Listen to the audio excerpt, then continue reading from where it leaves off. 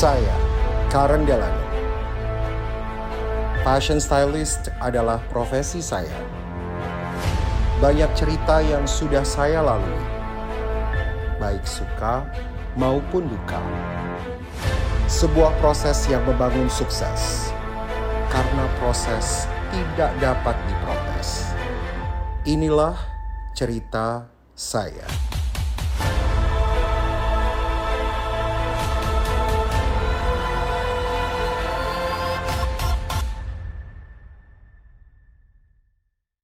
Lalu saya putuskan untuk kembali ke Indonesia di tahun 2011. Yang dimana karir saya lagi bagus-bagusnya tuh di Washington.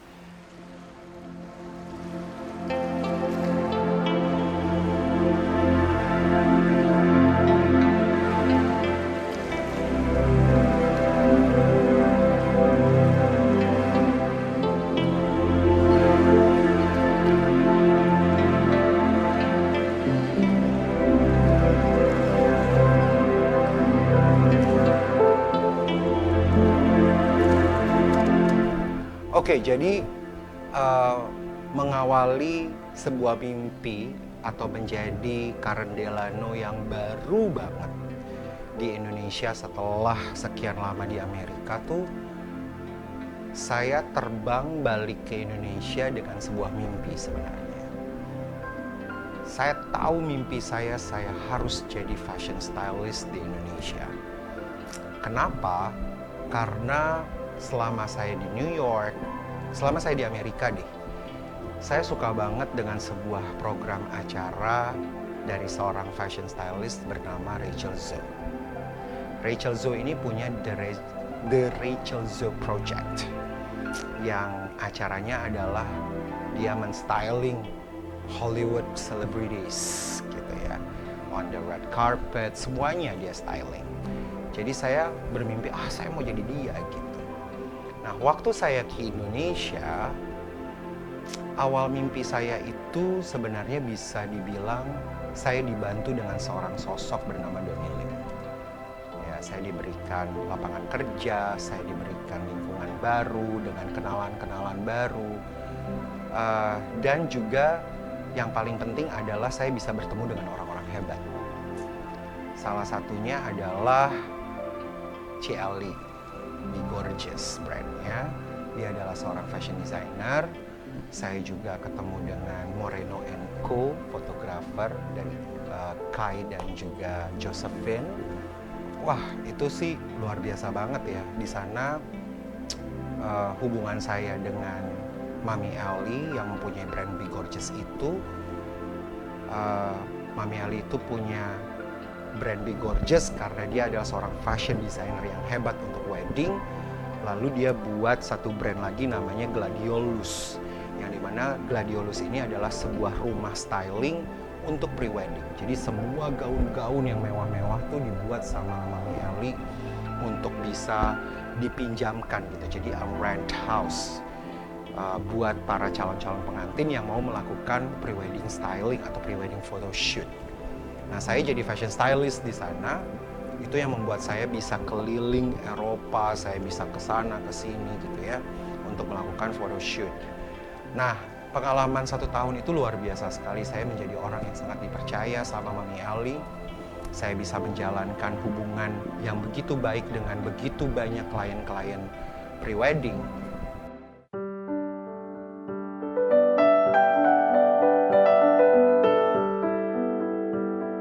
Dan di saat saya bekerja di Gladiolus sebagai fashion stylist pre-wedding, saya juga bersamaan dikenalkan sama seorang artis baru banget, namanya Shirley May. Saya bisa kenal Shirley May karena Yunita David. Jadi Yunita David adalah sahabat saya yang udah dari dulu banget. Dia adalah partner saya menjadi host acara fashion pertama di TV7 waktu zamannya TV7 waktu itu. Dikenalkanlah saya sama Shirley, dan ketika itu chemistry juga bagus tuh sama Shirley. Dan Shirley sangat membutuhkan seorang fashion stylist untuk membangun new image-nya Shirley May. Nah, berjalannya saya sama Shirley, Shirley juga punya masalah manajemen waktu itu, dan pada akhirnya manajer yang dulu banget yang waktu itu pertama kali sama saya juga kenal itu bermasalah. Sampai suatu ketika saya bantu Shirley di manajemen untuk memberikan suara. Saya bilang kayaknya perlu manajer baru. Yang saya ingat adalah Ica Anastasia. Nah, Kak Ica ini sebenarnya sudah menjadi teman saya dari dulu banget. Dari zaman saya SMP sebenarnya Kak Ica tuh sudah saya kenal karena sepupu saya teman baik sekali sama adiknya. Jadi saya sudah kenal dia sudah lama. Nah, nggak tahu kenapa ring a bell aja gitu di otak saya, kayaknya saya harus hubungi Kak Ica ini untuk membantu Shirley di manajemen. Saya kenalkan, berjalanlah mereka jadi manajer di tahun 2014 sebenarnya. Nah, di saat mereka jalan jadi manajer, ya mereka punya masalah barulah ini dan itu, dan akhirnya saya juga tidak bisa melanjuti pekerjaan saya sebagai stylistnya Shirley. Saya dikenalkan sama seorang ibu yang sangat mewah dan luar biasa. Cantik sekali, langsing sekali. Dia adalah Ibu Junita Lizar. Saya dikenalkan oleh Josephine dan Kai Moreno & Co. Di saat saya dikenalkan dengan Ibu Junita Lizar ini, ternyata kita juga punya chemistry. Beberapa kali photoshoot pertama dilakukan karena Ibu Junita suka sekali foto untuk koleksi pribadinya. Dan sampai di suatu saat ada momen buat saya sama Ibu Junita, we were talking over the phone, dan saya sih yang menawarkan diri kenapa saya tidak menjadi stylist pribadinya. Akhirnya ketemu beberapa kali bersama dengan anaknya Ibu Junita, dan kita berangkat ke Bali. Dan saya ingat sekali waktu itu lagi ngobrol di Bar dan dealing bisnis, bukan bisnis sih, kita dealing. Ya udah deh, katanya Ibu Junita, Ren, you work for me as a team, bisa ngaturin schedule, ngaturin baju-baju, styling dan lain-lain gitu kan. Sambil saya membangun Instagram terbarunya Junita Lizar. Karena sebelumnya Ibu Junita tidak pernah main Instagram gitu. Nah, itu tahun 2000, I think masuk ke 2015 ya. Saya bekerja sama Ibu Junita dan Kak Ica tersebut masih berjalan dengan Shirley May. Berjalannya waktu, akhirnya saya bermimpi besar tuh. Saya ngobrol sama Kak Ica, saya bilang, I think this is a time for me to be a real fashion stylist. Maksudnya artinya adalah saya harus benar-benar bisa menjadi diri saya atas posisi yang saya mau, gitu. Atas mimpi saya yang saya bawa dari Amerika waktu ke Jakarta. Ini sudah waktunya, karena 2011 ke 2015 kira-kira sudah 4 tahun. I think it was enough ya. Cukup buat saya untuk bisa mempunyai pengalaman selama 4 tahun di Jakarta. Akhirnya di tahun 2015 itu saya mengajak Ica Anastasia ini untuk menjadi manajer saya, gitu. Jadi dia manajernya Shirley juga, bersamaan saya bilang ya udah deh, juga ngaturin pekerjaan saya.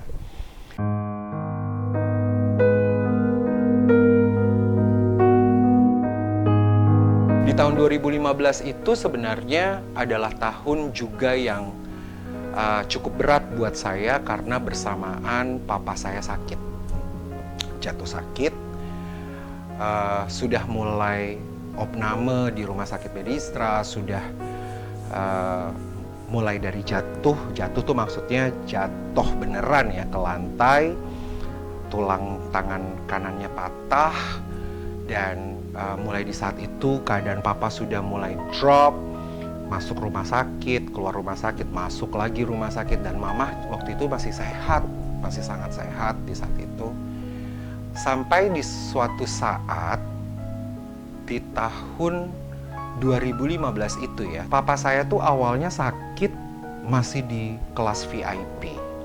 Sampai pada akhirnya harus turun di kelas 1. Jadi kalau kelas 1 kalau nggak salah cuma 2 tempat tidur. Karena sudah terlalu sering masuk rumah sakitnya dan biaya kan juga harus dipikirkan. Akhirnya pindah ke kelas 1 dengan 2 orang. Jadi kamar tempat tidur papa dan satu lagi ya, tamu yang lain, pasien yang lain. Saya nggak bisa tidur karena bukan VIP kelas, jadi saya nggak punya tempat sofa sendiri buat tidur. Jadi mau nggak mau saya nemenin papa tidur di lantai. Saya ingat sekali itu subuh saat itu karena saya terbangun mendengar nafas sesak gitu. Yang saya pikir papa saya, tapi ternyata adalah pasien di sebelahnya. Sesak sekali apa ya, sampai seperti itu. Di saat itu saya ketakutan tuh. Itu waktu itu jam 4:30 pagi. Saya ketakutan. Terus saya bilang, oh Tuhan, ini bukan papa. Dan di saat itu, di saat bangun subuh hari itu, saya berdoa dan bilang sama diri saya, sambil berdoa ke Tuhan, saya bilang, saya nggak bisa begini terus. Saya harus betul-betul jadi orang dan saya harus fokus sama karir saya dan cari uang. Dan saya bilang, Tuhan, berikan betul-betul mimpi saya ini terjadi supaya saya bisa benar-benar menjadi apa yang passion saya sebagai fashion stylist. Nah, dengan keadaannya papa sakit berkelanjutan, itu membuat saya semakin besar sekali gitu keinginan saya untuk bekerja. Dan puji Tuhannya, sangat beruntung memang saya sudah bekerja dengan Ibu Junita. Sangat-sangat luar biasa dan sangat cukup yang digaji oleh Ibu Junita sehingga membuat saya mampu dan sanggup untuk menabung pertama, dan kedua saya bisa membantu orang tua saya yang sakit. Sekian bulan kemudian, setelah papa saya sakit, sekian bulan kemudian mama divonis kanker. Di saat mama divonis kanker, saya runtuh. Karena saya berpikir, wah, berat sekali nih kedua orang tua saya. Bersyukur puji Tuhannya, papa saya itu sakit masih ditanggung oleh kantornya. Tetapi waktu mama saya divonis kanker, tidak ada yang menanggung.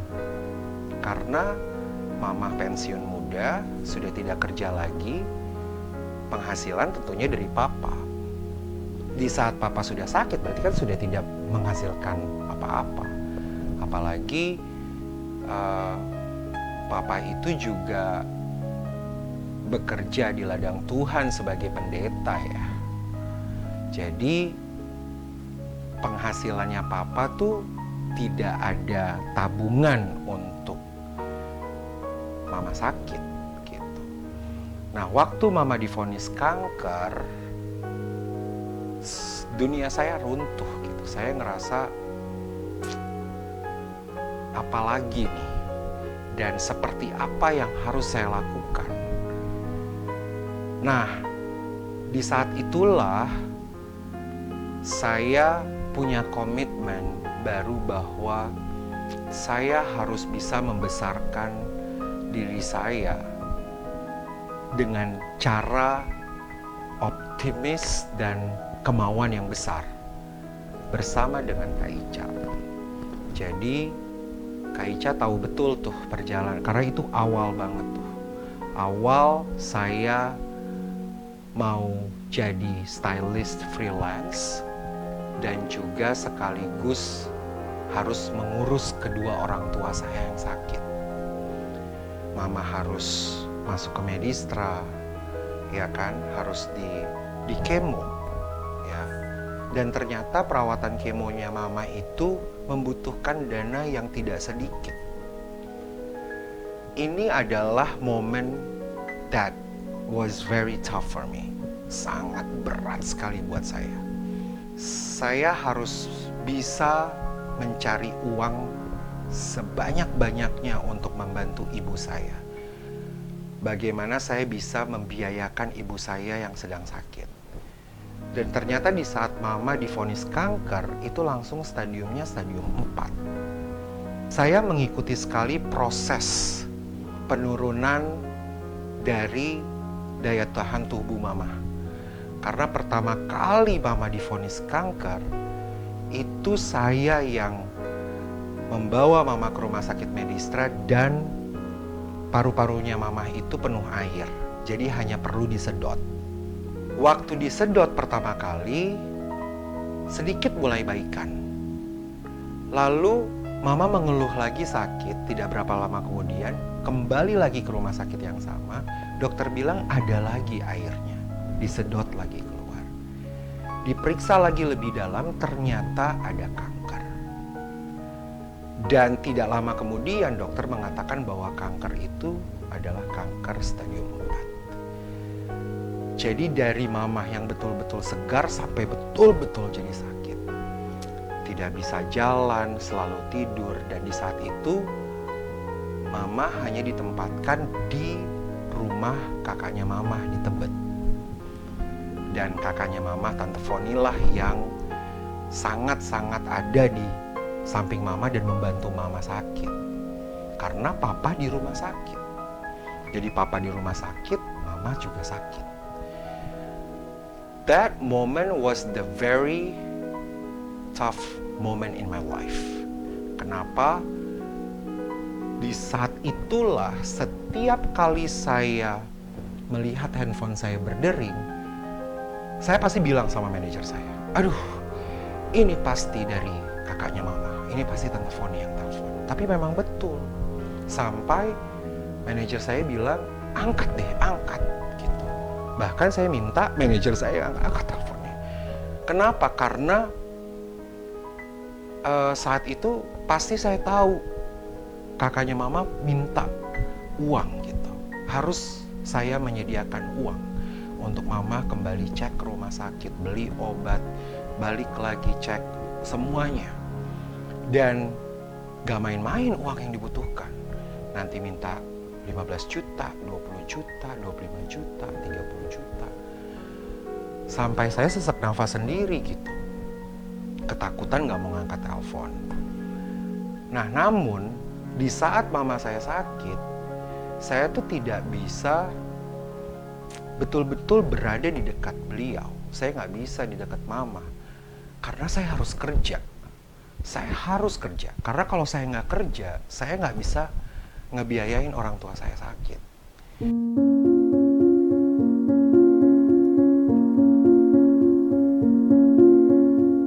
Di sanalah peran saya sebagai anak pertama dan kakak tertua buat adik saya yang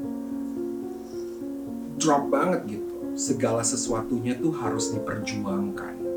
Papa saya sakit 6 bulan kemudian mama saya divonis kanker stadium 4 paru-paru. Jadi mereka berdua sama-sama di rumah sakit, sama-sama tidak produktif. Dan saya harus mau gak mau bekerja dengan kecepatan 200 km per jam. Dan itu saya share hati saya, pikiran saya sama Kak Ica saat itu. Dan Kak Ica setuju untuk menjadi manajer saya dan saya cuma bilang sama dia, I need money. Kenapa I need money? Ya karena menurut saya gaji yang diberikan Ibu Junita kepada saya tidak cukup. Setiap kali saya mendengar dering telepon saya, handphone saya, sampai manajer saya bilang, angkat Ren, angkat gitu ya. Atau sampai dia bilang, kak aja yang angkat nih, Kak Ica aja yang angkat. Itu karena saya tahu kakaknya mama, Tante Foni itu yang merawat mama sakit, selalu pasti telepon saya untuk membutuhkan uang 10 juta, 15 juta, 25 juta, 30 juta gitu, untuk perawatan mama cancer itu. Karena ternyata kemoterapi itu tidak murah. Dari saat itu pilihannya adalah rumah sakit Medistra. Awal 2015 itu adalah awal saya dipacu dengan waktu, dipacu dengan mimpi, dan dipacu dengan ketakutan sebenarnya. Takut kalau gak bisa punya uang. Dan memang di saat itu bersyukur puji Tuhannya, Ibu Junita memberikan fasilitas apartemen buat saya gitu untuk tinggal di Sudirman Park dengan 1 kamar ya selama 1 tahun sebenarnya. Namun hanya 6 bulan saja di sana saya mengakhiri posisi saya, pekerjaan saya bersama dengan Ibu Junita Lisa gitu. Awal 2015 dari Mama divonis kanker itu sampai dengan 2015 akhir itu adalah jalan cerita karir saya sebenarnya. Awal karir saya sebagai fashion stylist yang mungkin semua orang mengenal saya sekarang ini. Disitulah saya juga merasakan kasih Tuhan, kasih karunia Tuhan yang sangat luar biasa buat saya dan manajer saya, karena kita cuma berdua gitu untuk berjuang. Mulailah dibuka pintu-pintu gitu, pintu-pintu untuk diberikan kesempatan menjadi siapa saya sekarang.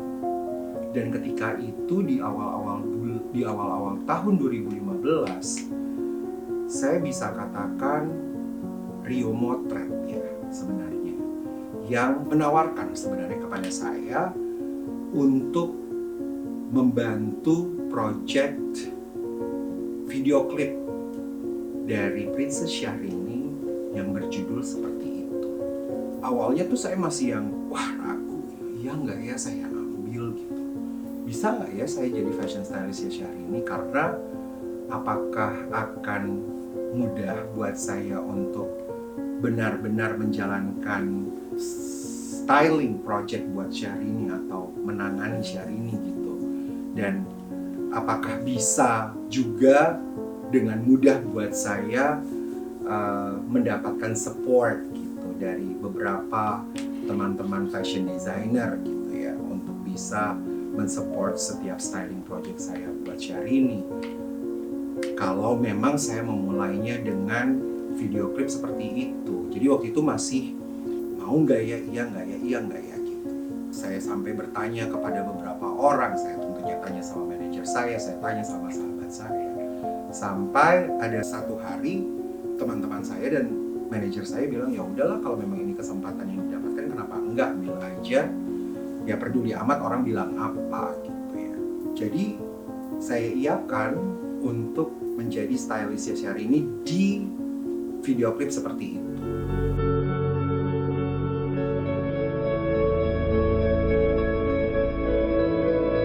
Mulai di saat itu, waktu berjalan akhirnya Rio Motret buat exhibition, ya kan, Alkisah. Dan di exhibition Alkisah itu, saya mendapatkan peran sebagai fashion stylist untuk pegang beberapa selebriti. Di sana ada Chelsea Olivia dan Glenn Alinsky, ada juga Bitri, ada juga Princess Syahrini gitu ya. Jadi pagelaran fotonya Rio Motret di Grand Indonesia saat itu tuh saya punya beberapa frame hasil karya stylingan saya. Dan sampailah di suatu saat Chelsea Olivia dan Glenn Alinsky meminta saya untuk menjadi wedding konseptornya gitu. Menjadi wedding konseptor, menjadi stylistnya juga gitu. Dan saya bisa katakan as a wedding konseptor yang benar-benar pertama kali itu dibesarkan oleh pernikahannya Chelsea Olivia dan Glenn Alinsky. Jadi kalau kita bicara wedding konseptor, bukan hanya styling aja ya. Jadi saya konsepin warna, saya juga konsepin dekorasi, saya konsepin semua undangan, baju, semua gitu ya. Dan di saat mulai dari pre-weddingnya Chelsea Olivia dan Glenn Alinsky sampai pernikahannya, saya dipercayakan jadi jubirnya mereka juga buat wartawan-wartawan di saat itu ya, karena pernikahannya cukup banyak sekali prosesinya, mulai dari pre-wedding, pemberkatan, resepsi di Hotel Mulia ya. Itu tuh rangkaian cerita sebagai wedding konseptor yang paling berkesan. Dan bagaimana Chelsea Olivia dan Glenn Alinsky mempercayakan saya 100% gitu ya. Besokannya saya lagi ada di kamar mamahnya Chelsea, lalu ada sebuah tayangan infotainment yang keluarlah muka saya sebagai jubirnya Chelsea dan Glenn Alinsky gitu untuk menjelaskan konsep pernikahannya seperti apa. Di situ tayangan infotainmentnya adalah dari Insert Trans TV. Dan ternyata pencantuman nama saya di sana adalah Doni Aswar. Doni Aswar. And I was like, hah kok Doni Aswar? Mamanya Chelsea sebelah saya dan mamanya Chelsea bilang, loh kak, kok namanya bukan Karen Delano di situ. Nah langsung saya telepon manajer saya Kak Ica, dan ternyata di saat itu memang Kak Ica tuh tidak ada di Jakarta, tidak ikut sama saya, dia lagi di luar kota. Dan saya bilang, kok bisa-bisanya ya nama gue ditaruhnya Doni Aswar bukan Karen Delano gitu.